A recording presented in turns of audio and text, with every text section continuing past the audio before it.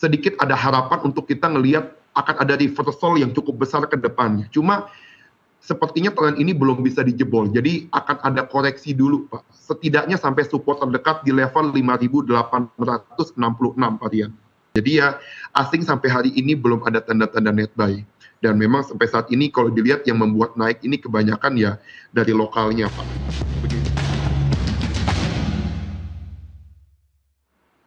Anda kembali menyaksikan Nusantara Business Hour dan kita akan update posisi perdagangan saham domestik hari ini dalam market lock.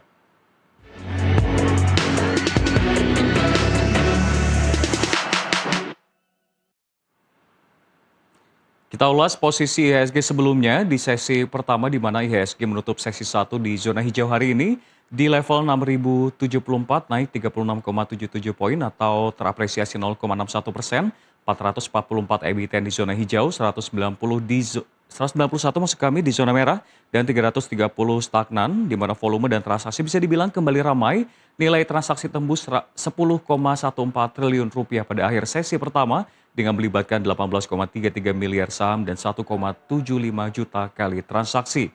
Dan kita akan melihat juga di posisi kedua, sesi kedua atau tepatnya 6 menit jelang penutupan, masih terapresiasi sangat tipis 0,03% jika dibandingkan di sesi pertama terjadi penurunan tipis sebelumnya di level 6.039 dan kami juga akan membahasnya pada kali ini pemirsa.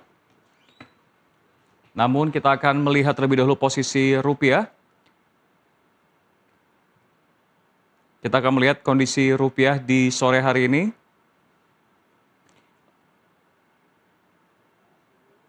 Posisi rupiah hingga sampai pukul 15.24 masih mengalami penguatan tipis 0,11%, namun berada dalam level 18.000 atau 18.098 per 1 dolar Amerika Serikat.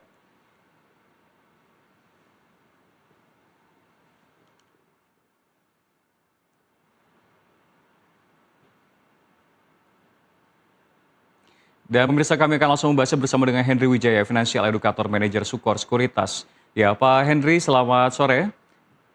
Mungkin bisa tanggapan Anda, Pak? Tanggapan Anda seperti apa akhirnya setelah melihat posisi IHSG yang akhirnya kembali di level 6.000-an? Walaupun kita melihat ini hanya apresiasi yang tipis, namun kalau melihat volume transaksi, apakah ini dikarenakan sentimen S&P Global Ratings, Pak? Ya, jadi kalau kita lihat Pak, sekarang IHSG ini di dalam secara major trend utamanya, itu sebenarnya sedang menguji tesis terkuat ya untuk bisa breakout. Kalau ini bisa dia sampai lolos di atas 6.300 sebenarnya, itu ada tanda-tanda IHSG akan mulai masuk ke tren yang baru. Nah, tapi kita lihat kan sekarang di 6220 sampai 6375 ini kan area resist yang sangat kuat karena major trend. Nah, sekarang tinggal IHSG ini kalau kita lihat dengan kemarin S&P udah dikasih stable, outlook-nya, rating kita juga nggak diubah, dengan dikasih data-data bahwa kita ini cukup kuat secara data ekonomi. Cuma yang perlu kita perhatikan sekarang, itu yield obligasi pemerintah Indonesia, harusnya kan kalau S&P kasih sinyal bagus, harusnya yield itu turun. Terjadi aksi beli artinya kan di yield. Tapi ternyata hari ini yield obligasi kita itu justru naik, artinya harga obligasi tetap jatuh. Kenapa bisa seperti itu?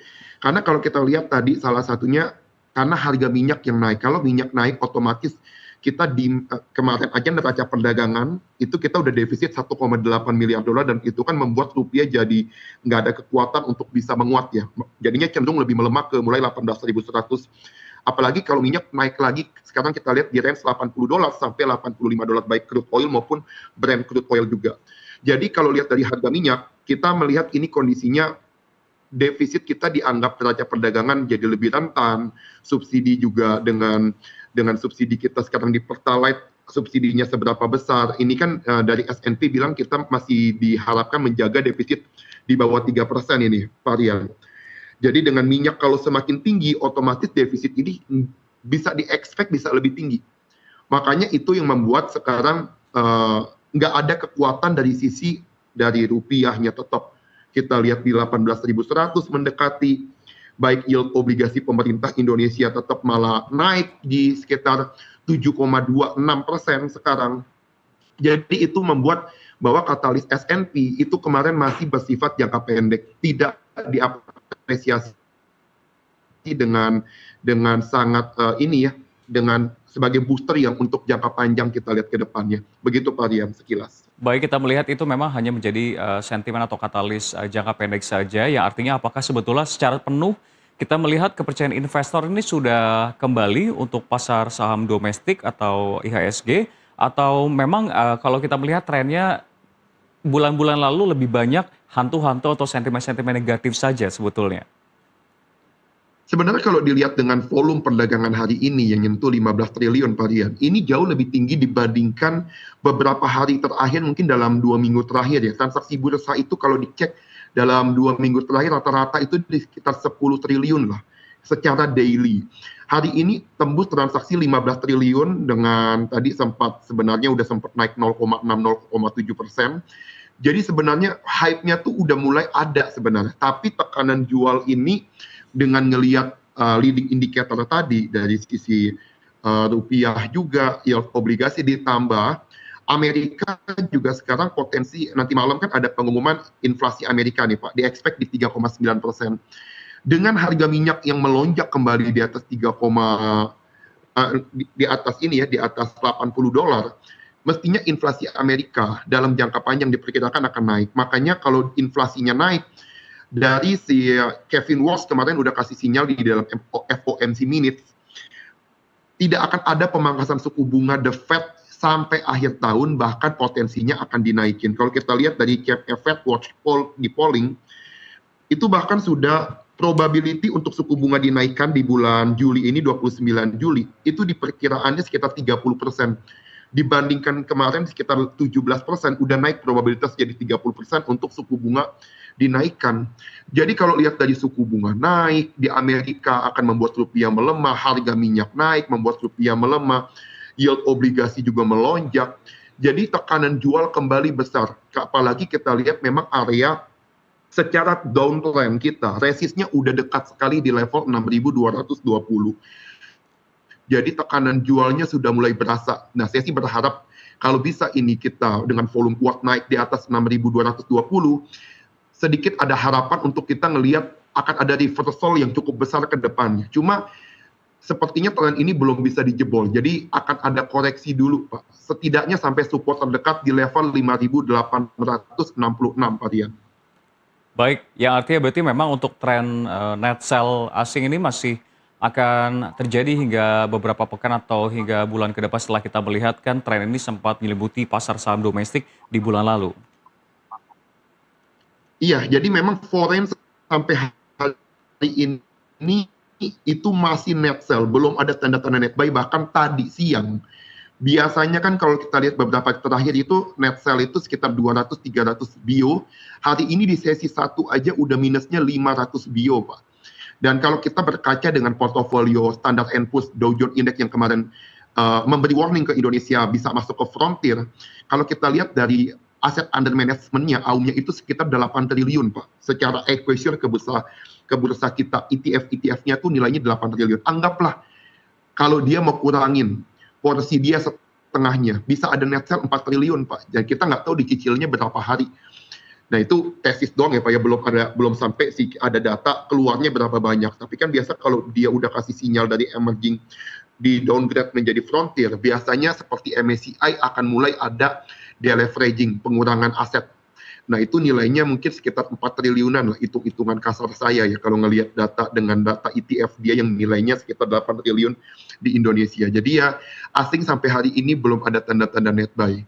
Dan memang sampai saat ini kalau dilihat yang membuat naik ini kebanyakan ya dari lokalnya, Pak. Begitu, Pak Dian. Baik Pak Henry, kita bersama-sama akan melihat seperti apa posisi IHSG di sesi kedua di pertukaran kali ini, dan berikut datanya untuk Anda. Hanya tipis saja terapresiasi, konsisten sejak tadi 0,03 di zona hijau di level 6.039, dan secara sektoral pun kita bisa melihat di sini satu-satunya sektor yang mengalami zona depresiasi adalah di sektor keuangan sebesar 1,67%.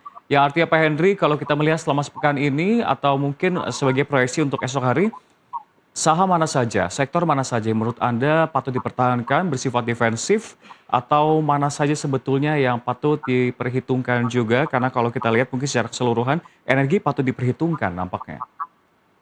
Oke, jadi kalau dari sektor yang kelihatan paling menarik ya, itu ada 3 sektor sebenarnya, tapi nanti saya akan lebih kerucutin ke saham-sahamnya. Ini saya lihat berdasarkan satu, baik dari corporate action ataupun dari technical dan juga flow-nya ya, dari flow akumulasi yang cukup bagus dan lumayan konsisten gitu, dari kita lihat dari ininya ya, volume dan juga aksi pembeliannya. Di dalam sektor komoditas Pak, yang menarik itu ada Ratu, MDKA, TINS, Pegeo. Nah itu teman-teman bisa perhatikan nanti area belinya. Itu juga flow-nya cukup menarik. Terus juga dari sisi industri yang saya lihat yang cukup menarik ada VKTR. Terus juga untuk finance itu ada Arto dan Bevin. Nah jadi nanti teman-teman bisa perhatikan di saham-saham ini aja, Ratu, MDKA, TINS, Pegeo, VKTR, Arto, dan Bevin. Ini ada flow dan secara teknikal cukup menarik. Nah nanti tetap disclaimer on, teman-teman bisa riset lebih dalam. Begitu Pak Rian. Baik, terima kasih atas jawaban Anda, Pak Henry Wijaya. Terima kasih telah bergabung bersama kami. Sehat dan sukses selalu. Terima kasih Pak Rian dan selamat sore.